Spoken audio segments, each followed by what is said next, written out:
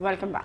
Bulletin में सबसे पहले आपको बताएं कि तालिबान अपनी सरजमीन पाकिस्तान के खिलाफ इस्तेमाल होने से रोकें। अफगानिस्तान में आम खित्ते के मफाद में है। वजीर आजम शहबाज शरीफ का उज़्बेकिस्तान में मफाहमती याददाश्तों पर दस्तखत की तकरीब से खिताब में कहना था कि पाकिस्तान की मौशी तरक्की के लिए पुरअज़्म हूँ। एक साल में पाकिस्तान की मईशत को अपने पाँव पर खड़ा किया।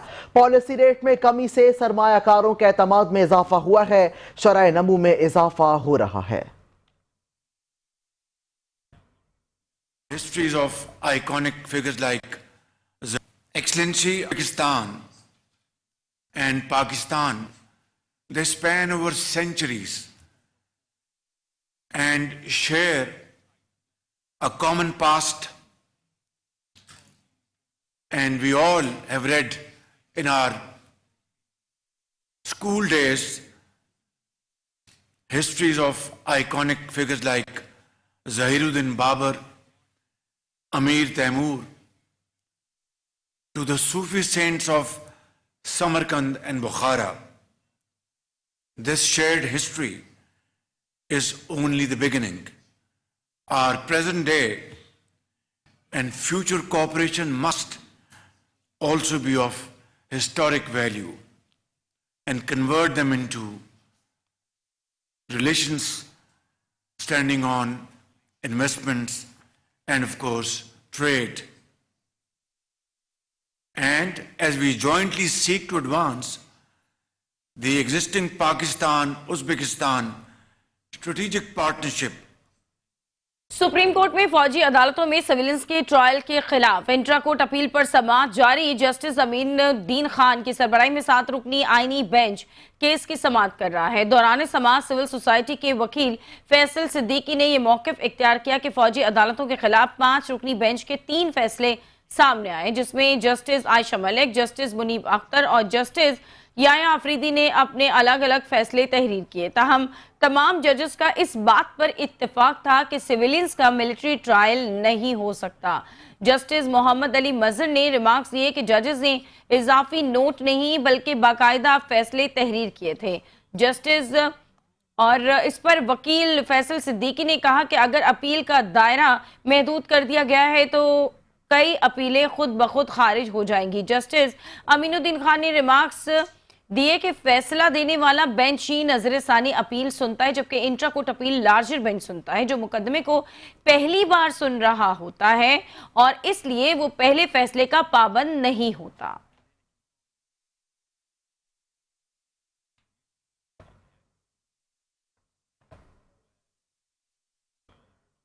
गवर्नर केपी फैसल करीम कुंडी से वफाकी वजीर खजाना मोहम्मद औरंगजेब की मुलाकात। गवर्नर केपी ने वफाक की जानिब से सूबे को NFC अवार्ड फंड्स और जम अजला के लिए तरक्याती फंड के इजरा का मामला उठाया।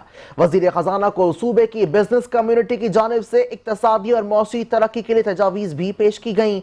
गवर्नर फैसल करीम कुंडी से वजीर खजाना मोहम्मद औरंगजेब की गवर्नर हाउस पेशावर में मुलाकात हुई। मुलाकात में सूबे की सियासी, समाजी और मौसी सूरत हाल पर तबादला ख्याल किया गया है। सूबे को दरपेश माली मसाइल पर भी तफसीली गुफ्तगू हुई। मुलाकात में जम अजला में टैक्सों के नफास पर, बिजनेस कम्युनिटी और कबायली अवाम के तहफ़्फ़ुज़ात और खदशात पर भी गुफ्तगू की गई है।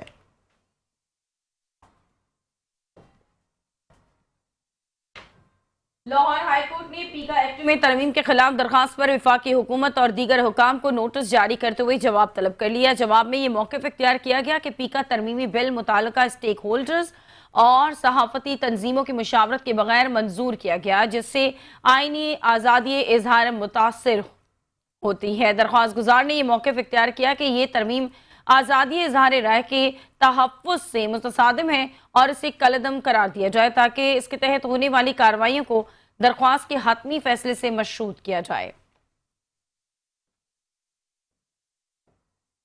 और अवाम के लिए इंटरटेनमेंट इवेंट्स करवाते रहेंगे। वजीर आला पंजाब मरीम नवाज ने 35 साल बाद 16 रोजा हॉर्स एंड कैटल शो के इनेकाद पर मुबारकबाद पेश करते हुए कहा है कि 5 माह में मुसलसल मेहनत से कामयाब किया और कामयाब शो टीम की मेहनत का सबूत है। DGPHA अफसरान और अमले को भी शाबाशी देती हूँ।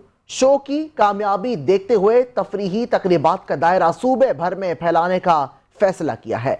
उन्होंने बताया है कि हॉर्स एंड कैटल शो की शानदार रिवायत जारी रखेंगे। 9 से 24 फरवरी तक पंजाब के रंग उजागर हुए, शहरियों को खुशी मिली। 13 इंटरनेशनल टीमों की आमद से पाकिस्तान और पंजाब का आलमी इमेज रोशन हुआ।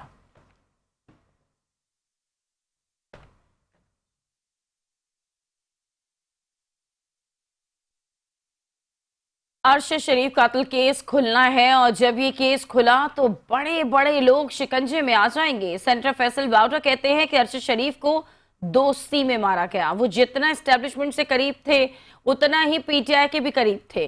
गठजोड़ मिलेगा तो इसमें बहुत कुछ मिलेगा और मैं पहले दिन से ये कह रहा हूं कि उनको कत्ल किया गया है। सेनेटर फैसल बावटा का मजीद ये कहना था कि बानी पीटीआई को ये नहीं पता था कि अरशद शरीफ का कत्ल होना है, लेकिन ये पता था कुछ होना है।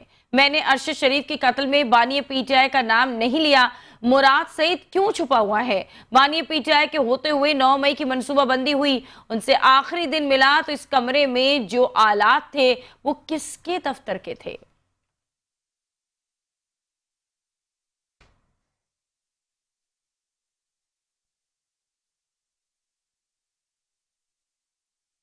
और मेरी जायती राय है कि एक्स पर पाबंदी बेकार है, उसे हटना चाहिए। वजीर आजम के मुशीर बराए कानून बैरिस्टर अकील मलिक कहते हैं कि उन्होंने सवाल किया कि 1 साल में पाबंदी में क्या असरात है। वीपीएन की नौबत नहीं आना चाहिए। पीका एक्ट में बेहतरी की गुंजाइश थी और है। अगर बात दुरुस्त है तो सोशल मीडिया पर आप बोलें या लिखें, सियाक़ो सबक से हटकर बात नहीं करना चाहिए। सच और झूठ में तमीज होना चाहिए। सोशल मीडिया पर जाली वीडियो बनाने की सिलसिले को खत्म करना चाहिए। उन्होंने कहा है कि पीका एक्ट में बेहतरी की गुंजाइश है। इस हवाले से गौर जारी है। हम सहाफ़ी बरादरी के साथ बैठने के लिए तैयार हैं। हमने मीडिया तंजीमों से भी नई तजावीज़ और ड्राफ्ट मांगा है। जुडिशल कमीशन से अख्तर हुसैन जजों की तैनाती के पूरे अमल में शामिल रहे। आखिरी लम्हे में उनका ओहदे से मुस्ताफी होना हैरान कुन है।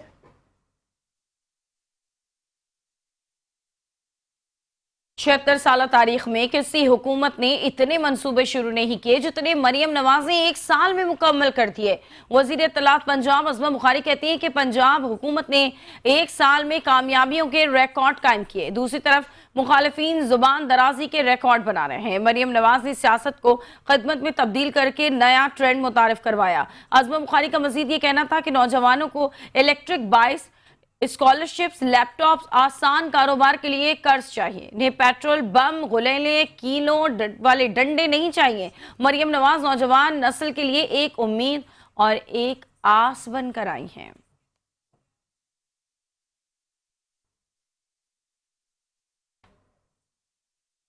खबरों के सिलसिले को आगे बढ़ाते हुए आपको बताएं कि वजीर आला की जनूबी कोरिया को धाबेजी स्पेशल इकोनॉमिक जोन में सनतें लगाने की पेशकश। वजीर आला सिंध मुराद अली शाह से जनूबी कोरिया के सफीर की मुलाकात हुई। तर्जुमान वजीर आला सिंध के मुताबिक मुलाकात में 2 तरफा ताल्लुकात, तिजारत और सरमायाकारी पर बातचीत हुई है। वजीर आला ने जनूबी कोरिया को धाबेजी स्पेशल इकोनॉमिक जोन में सनतें लगाने की पेशकश की है। इस मौके पर कोरियन सफीर ने कहा है कि हैदराबाद मीरपुर खास सड़क पब्लिक प्राइवेट पार्टनरशिप के तहत कोरिया ने बनाई थी। वजीर आला सिंध ने बताया है कि कोरिया ने हैदराबाद मीरपुर खास सड़क के बाद सिंध में किसी मंसूबे पर काम नहीं किया।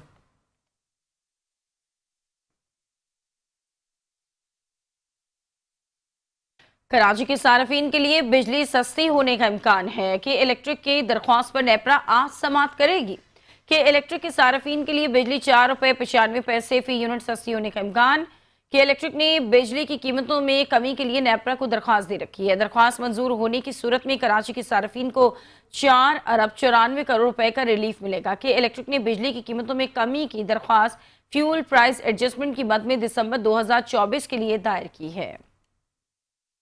खबरों के सिलसिले को आगे बढ़ाते हुए आपको बताएं कि स्टील मिल्स को ताला लगाने का आखिरी मरहला भी तकरीबन तय कर लिया गया है।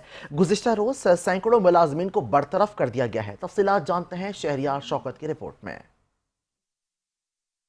स्टील मिल्स इंतजामिया ने गुज़िश्ता रोज मुलाजमीन की बड़ी तादाद को बरतरफ कर दिया। बरतरफी के लेटर मुलाजमीन के घरों पर भेजे गए। 14 साल से जायद मुद्दत से स्टील मिल्स खसारे में है। बंद स्टील मिल्स का सालाना खसारा भी कई अरब तक जा पहुंचा था। इलेक्शन के दौरान तो हर सियासी जमात की आला क़यादत यहाँ आकर स्टील मिल्स की बहाली का वादा करती, लेकिन न तो पीपल्स पार्टी का वादा वफा हुआ और न ही तहरीक इंसाफ और नून लीग का।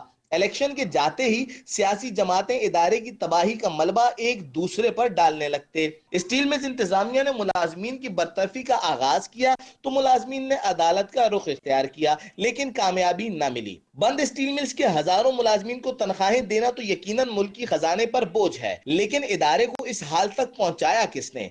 अरबों की करप्शन और चोरियों में कौन मुलविस था? क्या कोई कार्रवाई होगी? अवाम को कोई इजाफी रकम या बेनिफिट दिए बगैर इनके घरों का चूल्हा तो बंद कर दिया गया, लेकिन इस सूरत हाल का जिम्मेदार कौन है? अवाम हुकूमत से तहकीकात का मुतालबा करते हैं। शहरियार शौकत, 5 न्यूज, कराची। और रमजान से पहले ही खजूर की कीमतों में गैर मामूली इजाफा हो गया है, जिससे शहरी मुश्किलात का शिकार है। महंगी होती खजूर आवाम की पहुंच से दूर हो रही है और कीमतों में इस्तेहकाम का मुतालबा जोर पकड़ रहा है। उरूज रिजवी की रिपोर्ट देखते हैं। रमजान करीब आते ही खजूर की कीमतों को भी लग गए पर। बाजारों में खजूर की कीमतें आसमान से बातें कर रही हैं, जिसके बाइस अवाम शदीद परेशान है। खजूर जो रमजान में हर घर की जरूरत होती है, अब आम शहरी की पहुंच से दूर हो चुकी है। खजूर में 600 रुपए 800 रुपए किलो है। नहीं, अभी हम लोग क्या करेंगे? हम लोग गरीब है, बेवा है, कमाने वाला कोई नहीं है, अभी कुछ खर्चा भी नहीं। अभी रेडियो में दिखाते हैं इधर है उधर है, अब हम लोग क्या करेंगे? ये 450 में दे रहे हैं। जो अच्छी हैं वो तो बहुत महंगी दे रहे हैं। हम लोग गरीब लोग हैं, हम तो यही लेके खा सकते हैं। दुकानदारों के मुताबिक टैक्स में इजाफा हुआ, जिसके बाइस कीमतें बढ़ रही हैं। एक मन पे 5-5, 6-6 हज़ार रुपये मन बढ़ा हुआ है मन पे। ये किस्टम पे ज़्यादा लग चुका है और वहाँ से इस दफ़ा जो माल था ना, उस पर बारिश भी हुआ है, सरावन वाला माल पे, तो माल इसमें कम था इसलिए रेट बढ़ा हुआ है। खजूर 400 से 600 रुपए फी किलो फरोख्त होने लगी। शहरी हुकूमत से कीमतों को कंट्रोल करने का मुतालबा करने लगे। रमजान की आमद है। रमजान से कबल ही खजूर की कीमतें आसमान से बातें करने लगी। कैमरामैन हमजा शेख के साथ उरूज रिजवी, 5 न्यूज, कराची। और कोई बहाना नहीं बनाऊंगा, टीम ने अच्छा परफॉर्म नहीं किया। हेड कोच आकिब जावेद ने शिकस्त की जिम्मेदारी तस्लीम कर ली है। रावलपिंडी में प्रेस कॉन्फ्रेंस करते हुए कहा कि इस टीम में ऐसा कोई खिलाड़ी नहीं जिसने परफॉर्मेंस ना दी हो। फकर जमान और साइम अयूब की इंजरी से नुकसान हुआ, जबकि बाबर आजम के अलावा हमारे पास क्या ऑप्शन हो सकता है? फी में जो इन्होंने कर दिया था वो और कोई नहीं कर सका। Definitely it's not only cricket, और प्लानिंग जो है ना वो सिर्फ इंडिया के मैच में नहीं होती, हर मैच में प्लानिंग होती है। और हम कुछ चीज़ें सोच लेते हैं कि जी मेंटल टफनेस चाहिए, साइकोलॉजिकल इनको लेक्चर्स चाहिए या ट्रीटमेंट चाहिए। It's nothing like that. ये एक स्किल है, स्किल के बाद बिलीवेबिलिटी चाहिए, सस्टेन करते हैं आप प्रेशर उस वक्त, ये चीज़ें चाहिए होती है। डेफिनेटली जब प्रेशर आता है इंडिया की, तो मेरा ख्याल है कि वो जो एक इमोशनली हम उसको सही डील नहीं करते, अंडर प्रेशर हो जाते हैं अच्छे खासे जाते जाते ही, तो डेफिनेटली वो एक। और चैंपियंस ट्रॉफी में पाकिस्तानी टीम की नाकिस कारकर्दगी के बाद टीम में एक मरतबा फिर तब्दीलियों की बाज़गश। पाकिस्तान क्रिकेट बोर्ड हुकाम मुस्तकबिल के लाए अमल पर सोच विचार में मसरूफ है। माहिरीन सवाल उठा रहे हैं कि गुज़श्ता 3 सालों में 4 चेयरमैन, 8 कोचेज और 26 सिलेक्टर्स तब्दील हो चुके हैं, तो फिर सीनियर क्रिकेटर्स नाकाम होने के बावजूद टीम का हिस्सा क्यों है?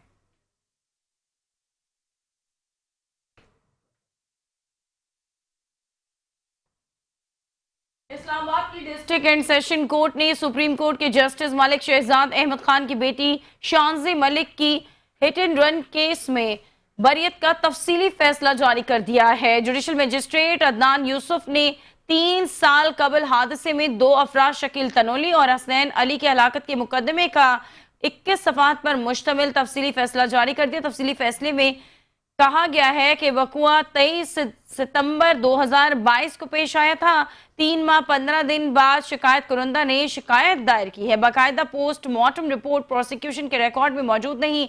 डेड बॉडी का सिर्फ बैरूनी जायजा लिया गया, बाकायदा पोस्टमार्टम नहीं किया गया। अदालती फैसले में कहा गया है कि यह दलील भी दी जा सकती है कि हर हादसे में बाकायदा पोस्टमार्टम की जरूरत नहीं होती। इस केस में बैरूनी पोस्टमार्टम करने वाले मेडिकल अफसर ने लिखा है कि इस बॉडी का बाकायदा पोस्टमार्टम जरूरी है। मेडिकल ऑफिसर के लिखने के बावजूद भी डेड बॉडी का बाकायदा पोस्टमार्टम नहीं किया गया। अदालती फैसले के मुताबिक जब पोस्टमार्टम ही नहीं हुआ तो मुलजिमा को केस में सजा कैसे दी जा सकती है।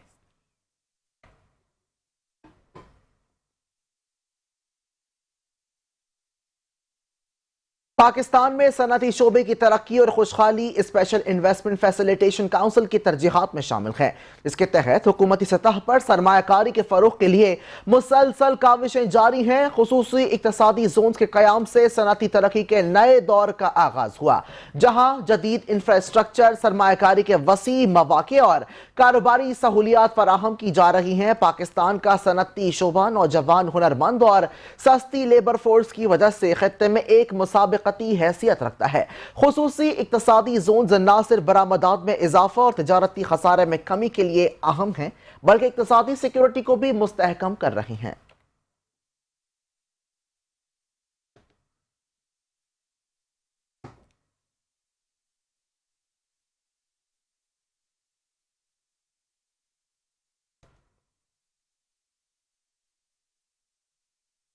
और मुल्क और बैनुल-अक़वामी सतह पर सोने की फी तोला कीमत में कमी हो गई। फी तोला सोने की कीमत 2,400 रुपए कम होकर 3,06,300 रुपए हो गई, जबकि 10 ग्राम सोने की कीमत 2,058 रुपए कम होकर 2,62,602 रुपए हो गई है।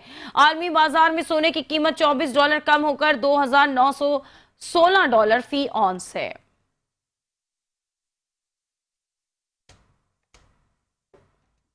मुत्तहदा अरब अमारात का बलूचिस्तान के तुलबा के लिए आला तालीम के मौके फराहम करने के लिए स्कॉलरशिप प्रोग्राम का ऐलान। इसके तहत मुख्तलिफ अजला से तुलबा को तहरीरी इम्तहानात के बाद मुंतखब किया गया है। मुंतखब होने वाले 25 तुलबा में 5 तालिबात भी शामिल हैं, जो मुत्तहदा अरब अमारात के बेहतरीन तालीमी इदारों में आला तालीम हासिल करेंगे। इस स्कॉलरशिप का बुनियादी मकसद पाकिस्तान, बिलखुसूस बलूचिस्तान के नौजवानों को आलमी सतह पर मयारी तालीम के मौके फराहम करना है। स्कॉलरशिप हासिल करने वाले तुलबा ने हुकूमत पाकिस्तान, मुत्तहदा अरब अमारात और पाक फौज का शुक्रिया अदा करते हुए इसे अपने तालीमी सफर में एक संगे मील करार दिया और आज़म जाहिर किया है कि वो इस मौके से फायदा उठाकर अपने मुल्क और सूबे का नाम रोशन करेंगे।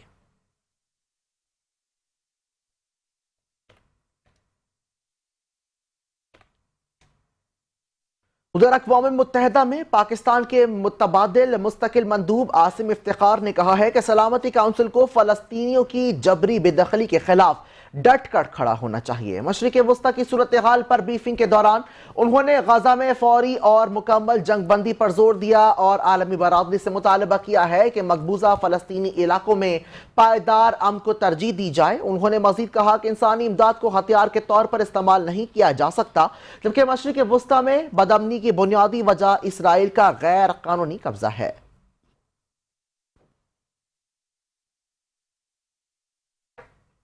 जीओआई सरबराह मौलाना फजल रहमान की कतर में हमास रहनुमाओं से अहम मुलाकातें जारी। मौलाना फजल रहमान ने हमास के साबिक सरबराह डॉक्टर खालिद मशअल से मुलाकात की। तर्जुमान जीओआई के मुताबिक मौलाना फजल रहमान ने हमास रहनुमाओं को पाकिस्तानी अवाम के जज्बात से आगाह किया। मौलाना फजल रहमान ने कहा कि पाकिस्तानी अवाम के दिल अपने फ़लस्तीनी भाइयों के साथ धड़कते हैं। इसराइल जंगी मुजरिम बुनियादी इंसानी हुकूक की खिलाफ वर्जी कर रहा है। इस मौके पर डॉक्टर मशअल ने कहा कि फ़लस्तीनी मुसलमान अपने मुसलमान भाइयों की इमदाद की मुंतज़िर है। फ़लस्तीनी मुसलमानों को दवाइयों, खैमों और राशन की अशद ज़रूरत है।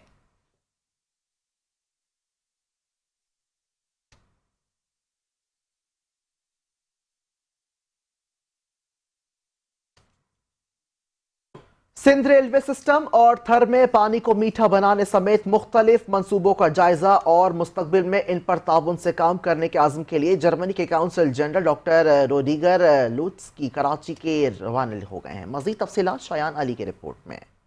सिंध के रेलवे सिस्टम और पाकिस्तान के खूबसूरत सहराई इलाके थर में मीठा पानी बनाने के मंसूबे को जानने और इसको बेहतर बनाने के लिए जर्मन कौंसल जनरल भी पेश नजर आए।